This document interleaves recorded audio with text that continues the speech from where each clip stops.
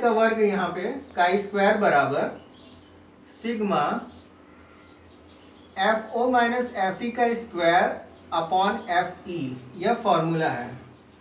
तो F O जो है ऑब्जर्व फ्रीक्वेंसी, अवलोकित आवृत्ति है। एफ ई जो है एक्सपेक्टेड फ्रीक्वेंसी, प्रत्याशित आवृत्ति है। इसलिए इसको एफ ओ लिखे हैं क्योंकि ऑब्जर्व फ्रीक्वेंसी है, ये एक्सपेक्टेड फ्रीक्वेंसी है, इसलिए एफ ई लिखा जाता है। अब मैं आपको बता दूं ये काई स्क्वायर टेस्ट आया कहाँ से। जब हम कोई सिक्का उछालते हैं तो हम उसकी प्रत्याशा करते हैं कि इसका जो हेड या टेल आने के जो उसके जो चांस होते हैं वो कितने हैं, मतलब ये संजोग उसका कितना है, ये दैवयोग से रेंडमली कितना आएगा इसका मान, तो ये प्रत्याशित आवृत्ति होती है। तो वो हम पहले एक्सपेक्टेड कर लेते हैं कि इतनी आवृत्ति आएगी, मगर जब हम सिक्का फेंकते हैं तो जो आवृत्ति आती है वह अवलोकित आवृत्ति होती है, एफ ओ। तो अब हम एफ ई निकालने का फॉर्मूला है कॉलम का योग गुणे पंक्ति का योग बटा कुल योग। इस फॉर्मूला का आप ध्यान रखिएगा, यह आगे जो नीचे सवाल आएगा उसमें इस फॉर्मूले का प्रयोग होगा। यह जो है यह एक सारणी होती है, काई वर्ग सारणी कहते हैं इसे। यह आपको दी गई रहती है या फिर उसका मान दिया गया रहता है, उस डिग्री ऑफ फ्रीडम के लिए उसका मान होता है। तो इस काई वर्ग सारणी के बारे में मैं कुछ बता रहा हूँ आपको। यहाँ पे V लिखा रहेगा, V मतलब डिग्री ऑफ फ्रीडम, और ऊपर लिखा रहेगा P। तो नीचे वाली कॉलम में डिग्री ऑफ फ्रीडम रहेगा V या डिग्री ऑफ फ्रीडम, और इधर रो में पंक्ति में P रहेगा डिग्री ऑफ प्रोबेबिलिटी या लेवल ऑफ सिग्निफिकेंस, सार्थकता का स्तर। सार्थकता का स्तर 99%, तो ये 0.99, 95% के लिए 0.95, मतलब 95/100 को हम 0.95 लिखे हैं। ये 60% है 0.60, ये है 30% 0.30, ये 20% 0.20, 10% 0.10, 0.05 मतलब 5%, 0.01 मतलब 1%। तो ये डिग्री ऑफ प्रोबेबिलिटी का सिग्निफिकेंस लेवल है। तो अब देखिए V बराबर degree of freedom. Degree of freedom जो होता है n-1 होता है। n जो होता है नंबर ऑफ सैंपल यूनिट्स, जो हम सैंपल लिए हैं उसमें जो यूनिट कितनी लिए हैं, तो उसकी नंबर ऑफ सैंपल यूनिट्स होता है n-1। उसमें एक जो है हम छूट दे देते हैं कि उसकी आवृत्ति हम नहीं निकालेंगे, उसको हम गणना करके निकाल लेते हैं। जैसे अगर आपके पास 6 सैंपल हैं तो 5 का सैंपल आप निकालेंगे, 1 का सैंपल आप कैलकुलेशन करके निकाल लेंगे। उसका हम पता नहीं करेंगे, उसको हम कैलकुलेट कर लेंगे, क्योंकि टोटल फ्रीक्वेंसी में से जब 5 की फ्रीक्वेंसी घटा देंगे तो 1 की फ्रीक्वेंसी आ जाएगी, तो हम एक छूट हो जाती है, तो डिग्री ऑफ फ्रीडम 5 हो जाएगा वहाँ पे उस कंडीशन में। तो ये n-1 डिग्री ऑफ फ्रीडम है। काई स्क्वायर टेस्ट का प्रयोग सबसे पहले प्रोफेसर कार्ल पियर्सन ने किया था। वैसे इसका प्रतिपादन प्रोफेसर हेल्मट ने सन 1875 में किया, लेकिन 25 साल बाद इसका सफलतापूर्वक प्रयोग प्रोफेसर कार्ल पियर्सन ने किया था, इसलिए इसे कार्ल पियर्सन का काई स्क्वायर टेस्ट भी कहते हैं। हमारा क्वेश्चन है IIT JEE प्रवेश परीक्षा में उत्तीर्ण दो प्रसिद्ध कोचिंग संस्थानों के छात्रों के सैंपल निम्न प्रकार हैं। मतलब IIT प्रवेश परीक्षा में जो बच्चे उत्तीर्ण हुए थे, जो छात्र, उनके 2 सैंपल लिए गए हैं। पहला सैंपल यहाँ पे है, एक हम आगे बताएंगे। तो जो कोचिंग है, 2 कोचिंग है, A और B सैंपल है। A के 600 सैंपल हैं, B के 400। अब 600 में उत्तीर्ण है 120, 400 में 100 उत्तीर्ण है। देखा जाए तो ये 20% हुआ और ये 25%। तो अंदाजा आप लगा सकते हैं कि यह B जो कोचिंग है यह ज़्यादा अच्छा होगा क्योंकि इसके ज़्यादा बच्चे पास हुए हैं। तो इसका हमारा सवाल है, क्या कोचिंग बी कोचिंग ए से श्रेष्ठ है? जबकि 5% सार्थकता स्तर पर 1 डिग्री ऑफ फ्रीडम के लिए काई स्क्वायर का सारणी मूल्य 3.841 है। अब देखिए 5% सार्थकता स्तर का मतलब, जैसे हम कोई परीक्षण करते हैं तो 5% जो है यह संयोग मान लेते हैं, संयोगवश हुआ है या दैव योग से, ये रैंडमली हुआ है, और बाकी 95% जो है वास्तव में हुआ है। मतलब 95% श्योर है कि होगा, 5% भगवान भरोसे है। तो ये 5% सार्थकता स्तर है। 1 डिग्री ऑफ फ्रीडम का मतलब 2 सैंपल यूनिट है ए और बी, तो उसमें से जब हम एक की आवृत्ति हमको मालूम है तो 2 में से 1 घटाए तो अब 1 बचा, तो 1 की छूट हम दे देते हैं, इसकी आवृत्ति हम निकाल लेते हैं। अगर आपको मालूम है कि 220 बच्चे पास हुए हैं तो उसमें से 120 घटा देंगे तो 100 फ्रीक्वेंसी आ जाएगी। तो 2 सैंपल यूनिट में से n में से 1 घटा दिए तो 1 बचा। मतलब 1 सैंपल यूनिट का मान हमको कम से कम मालूम होना चाहिए, तभी हम दूसरा का हम मान निकाल पाएंगे। तो यह डिग्री ऑफ फ्रीडम होता है। काई स्क्वायर का सारणी मूल्य 3.841 दिया गया है क्वेश्चन में 5% सार्थकता स्तर पर। तो 5% सार्थकता स्तर के हम देखेंगे 0.05 और डिग्री ऑफ फ्रीडम है 1।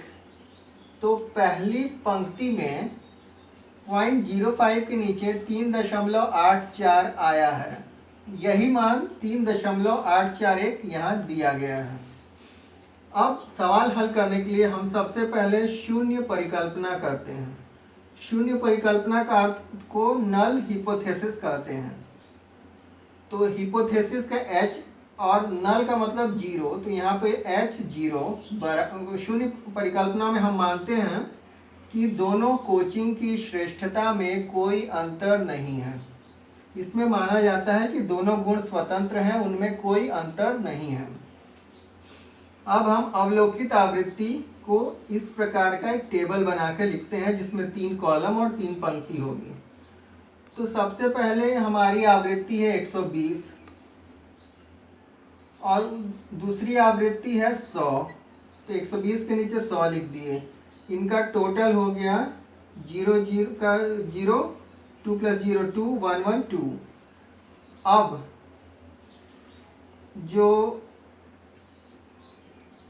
आखिरी वाला कॉलम है इसमें हम जो सैंपल है ए कोचिंग का 600 यहाँ लिख देंगे और बी कोचिंग का 400 लिख दिए और इनका टोटल हो गया 1000। 0 जोड़ देंगे तो 1000 हो जाएगा। अब हम जो 600 में से 120 पास हो गए हैं तो 480 फेल हो गए हैं। तो 600 में से 120 घटा दिए तो 480 फेल। फिर 400 में से 100 घटा दिए तो बी कोचिंग में 300 फेल हैं। 400 में 300 फेल हैं, 100 पास हैं। इनका टोटल 780 आया। तो यह हमारा पहला टेबल पूरा। यह अवलोकित आवृत्ति है FO। अब हम प्रत्याशित आवृत्ति FE निकालेंगे, एक्सपेक्टेड फ्रीक्वेंसी। इसके लिए हम फॉर्मूला यूज करते हैं FE बराबर कॉलम का योग गुणे पंक्ति का योग बटा कुल योग। तो कॉलम का योग है, अब आप देखिए पहला खाना में के लिए ये जो हम 3 पंक्ति और 3 कॉलम बनाए हैं तो उसका जो पहला खाना है इसमें जो है या इसके में जो हम उम्मीद कर रहे हैं कि इतना आना चाहिए। हमारे परीक्षण से तो हमारा 120 आया है, अब कितना हम एक्सपेक्ट कर सकते थे ये हम उम्मीद कर रहे हैं। तो FE बराबर 120 के सामने जो टोटल है 220 और 120 के इधर जो टोटल है 600, इसका गुणा कर देंगे और कुल टोटल 1000 से भाग दे देंगे। सॉरी यहाँ पे मैंने 100 लिखा है, ये 1000 होगा, 1000 से भाग दे देंगे। तो ये आया 132। इस 132 को हम यहाँ लिख देंगे। अब बी कोचिंग की जो आवृत्ति है 100 छात्र उत्तीर्ण हुए हैं, तो 100 के सामने कॉलम का टोटल है 220, तो यहाँ 220 लिखें, और 100 के सामने जो यहाँ पे पंक्ति में जो योग है 400, तो यहाँ 400 लिखें, और कुल टोटल 1000 से भाग दे दिए। मतलब 100 का योग 100 की लाइन में जो टोटल है 220, और 100 की लाइन में इधर जो टोटल है 400 का गुणा करके कुल टोटल 1000 से भाग दे देंगे। तो ये आया 88। 88 हम यहाँ लिख दिए 100 के सामने। फिर 220 के सामने हम 220 लिख देंगे, 780 को 780 रहने देंगे, 1000 को 1000 रहने देंगे, 600 को 600 लिख देंगे, 400 को 400 लिख देंगे। अब एफ इसका 480 है, ऑब्जर्व फ्रीक्वेंसी 480 है, तो एक्सपेक्टेड फ्रीक्वेंसी निकालने के लिए 480 के सामने जो योग है 780 यहाँ लिखें, और 480 के इधर योग जो है 600 यहाँ लिखेंगे, और कुल योग 1000 से भाग दे देंगे, तो ये 468 आया। फिर 300 के एक्सपेक्टेड फ्रीक्वेंसी निकालने के लिए 300 के सामने टोटल है 780 यहाँ लिख दिए, 300 के इधर टोटल है 400 यहाँ लिख के गुणा कर देंगे, और कुल टोटल जो है 1000 से भाग दे देंगे, तो यह 312 आया। 312 को हम यहाँ 300 के सामने लिख देंगे, और बाकी ये जो लाइन है उसी प्रकार लिख देते हैं, और इस लाइन को उसी प्रकार हम लिख देते हैं। मतलब ये पंक्ति सेम रहेगी, ये कॉलम सेम रहेगा, बस हम बीच के ये 4 खाने हमको भरने रहते हैं। अब हम एक तीसरा टेबल बनाएंगे, जिसमें पहला कॉलम होगा अवलोकित आवृत्ति FO, दूसरा कॉलम प्रत्याशित आवृत्ति FE, तीसरा कॉलम अंतर FO माइनस FE, चौथा कॉलम है इस अंतर का वर्ग FO माइनस FE का वर्ग, और पांचवा कॉलम है FO माइनस FE का वर्ग अंतर का वर्ग बटा प्रत्याशित आवृत्ति FE एक्सपेक्टेड फ्रीक्वेंसी। तो पहली आवृत्ति अवलोकित आवृत्ति है 120, फिर है 480, फिर 100, उसके बाद है 300। ये हम यहाँ पर लिख देंगे। अब उसके बाद प्रत्याशित आवृत्ति, इनका टोटल कर भी सकते हैं नहीं भी कर सकते हैं, कोई मतलब नहीं है, मगर ये चारों आवृत्ति इन 4 खानों में जो आवृत्ति है आप यहाँ लिख देंगे। अब आपको याद रखना है 120 के सामने 132 है, तो यहाँ 132 लिखे, 480 के सामने 468 है, तो यहाँ 468, 100 के सामने 88, तो यहाँ 100 के सामने 88, 300 के सामने 312, तो यहाँ 300 के सामने 312 हम लिखेंगे, और इनका टोटल कर देंगे। अगर नहीं भी करेंगे तो कोई फर्क नहीं पड़ेगा। अब अंतर ज्ञात करेंगे, अंतर ज्ञात करना जरूरी है। तो 120 में 132 घटाएंगे, तो ये 132 बड़ा है, तो जब घटाएंगे तो बड़ी संख्या का चिन्ह लगा देते हैं, ये प्लस रहेगा ये माइनस, तो 120 माइनस 132, तो अंतर आया 12, और बड़ी संख्या का चिन्ह लगा देंगे -12। अब 480 में 468 घटाना है, तो 480 ये प्लस है ये माइनस, 480 में 468 घटाएंगे 12 आएगा, बड़ी संख्या प्लस है तो +12 हो जाएगा। 100 में 88 घटाएंगे, ये प्लस है ये माइनस, अंतर आया 12, ये बड़ा है तो +12।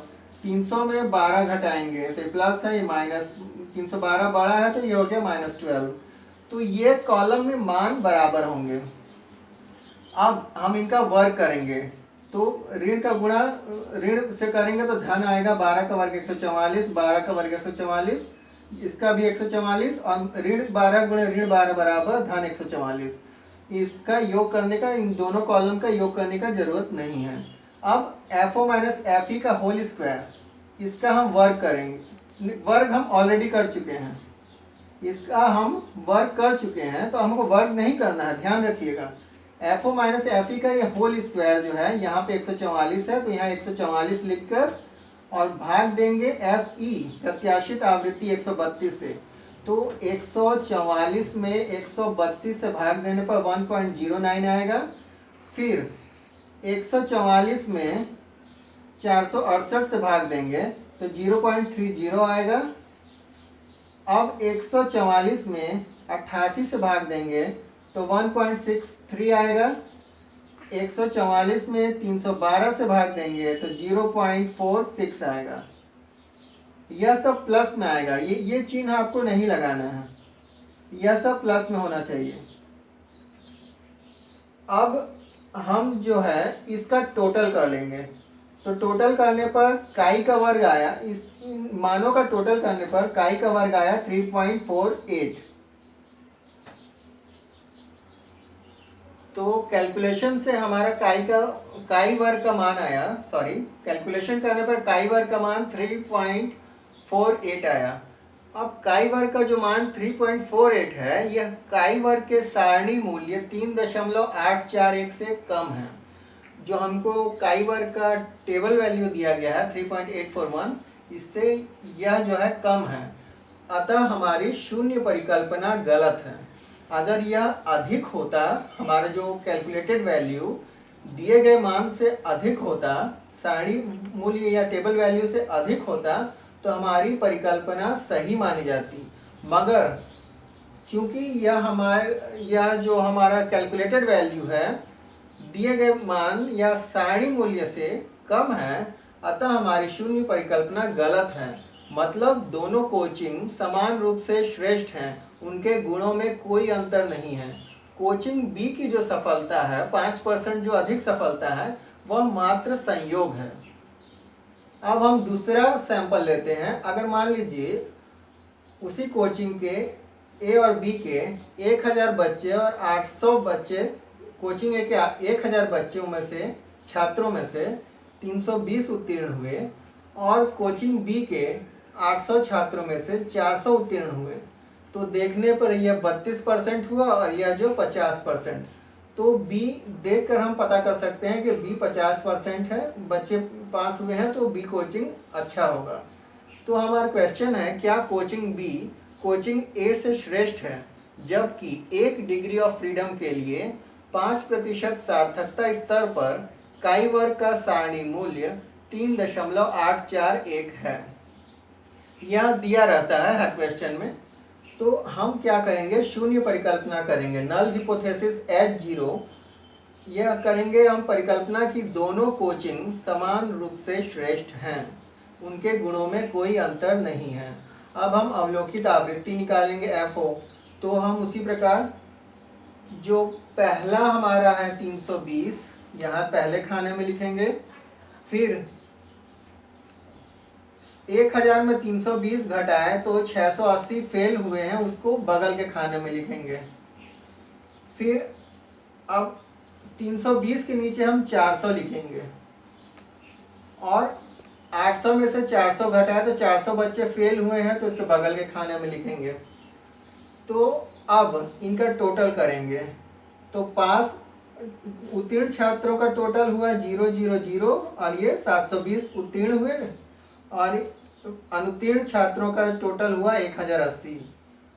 तो इधर भी हम टोटल कर लेंगे। तो इधर टोटल 1000 छात्र हैं कोचिंग ए के, और इधर कोचिंग बी के टोटल छात्र 800 हैं, और हम जो सैंपल लिए हैं टोटल छात्र 1800 हो गए। तो ये टोटल और ये टोटल बराबर होता है। अब हम प्रत्याशित आवृत्ति निकालेंगे FE। तो FE निकालने के लिए हम पहला खाना में 320 है, तो 320 के सामने 720 है, तो हम 720 में 320 के सामने 1000 है, 1000 का गुणा करेंगे और जो कुल टोटल है 1800 से भाग दे देंगे तो आया 400। इसको हम 320 के सामने पहले खाने में लिखेंगे। दूसरे खाने में 680 है, तो हम 680 के सामने आया है 1080 टोटल है, तो 1080 लिखें।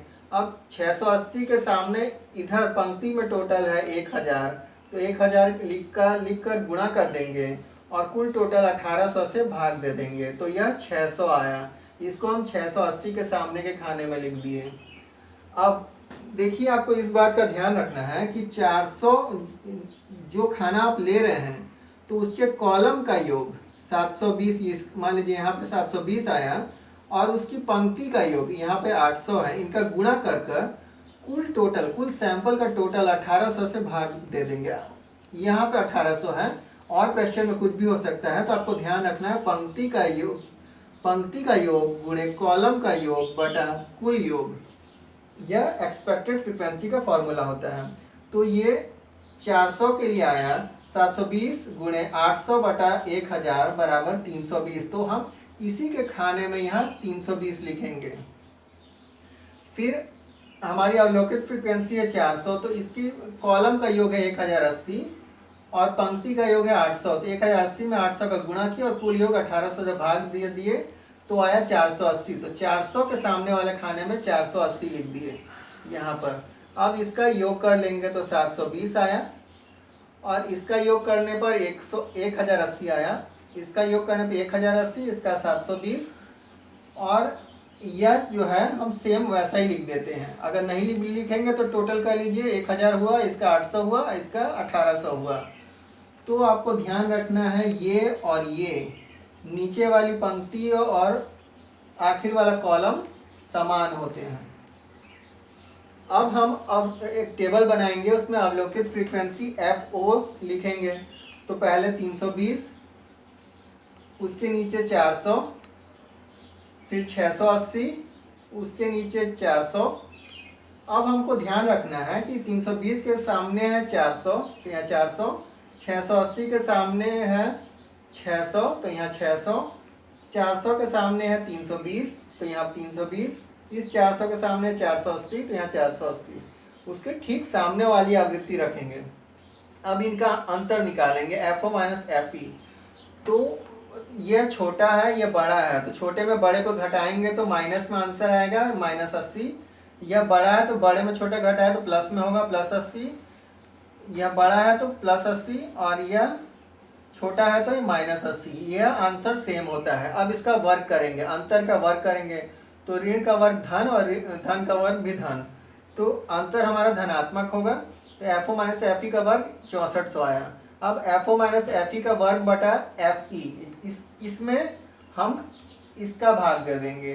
तो 6400 में हम 400 का भाग देंगे तो 16 आया, 6400 में 320 से भाग देंगे तो 20 आया, 6400 में 600 से भाग दिए 10 आया, और 6400 में 480 से भाग दिए तो 13.33 आया। अब इनको हम जोड़ लेंगे तो इनका टोटल हुआ काई स्क्वायर का मान, यह काई स्क्वायर की वैल्यू है।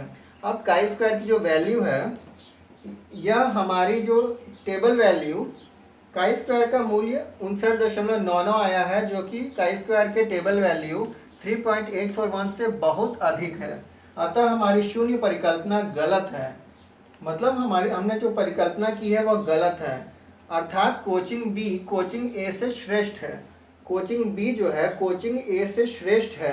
यह केवल संयोग नहीं है, यह हकीकत है कि कोचिंग बी कोचिंग ए से श्रेष्ठ है। इसका मतलब कोचिंग बी में ज़्यादा बच्चे पास होते हैं।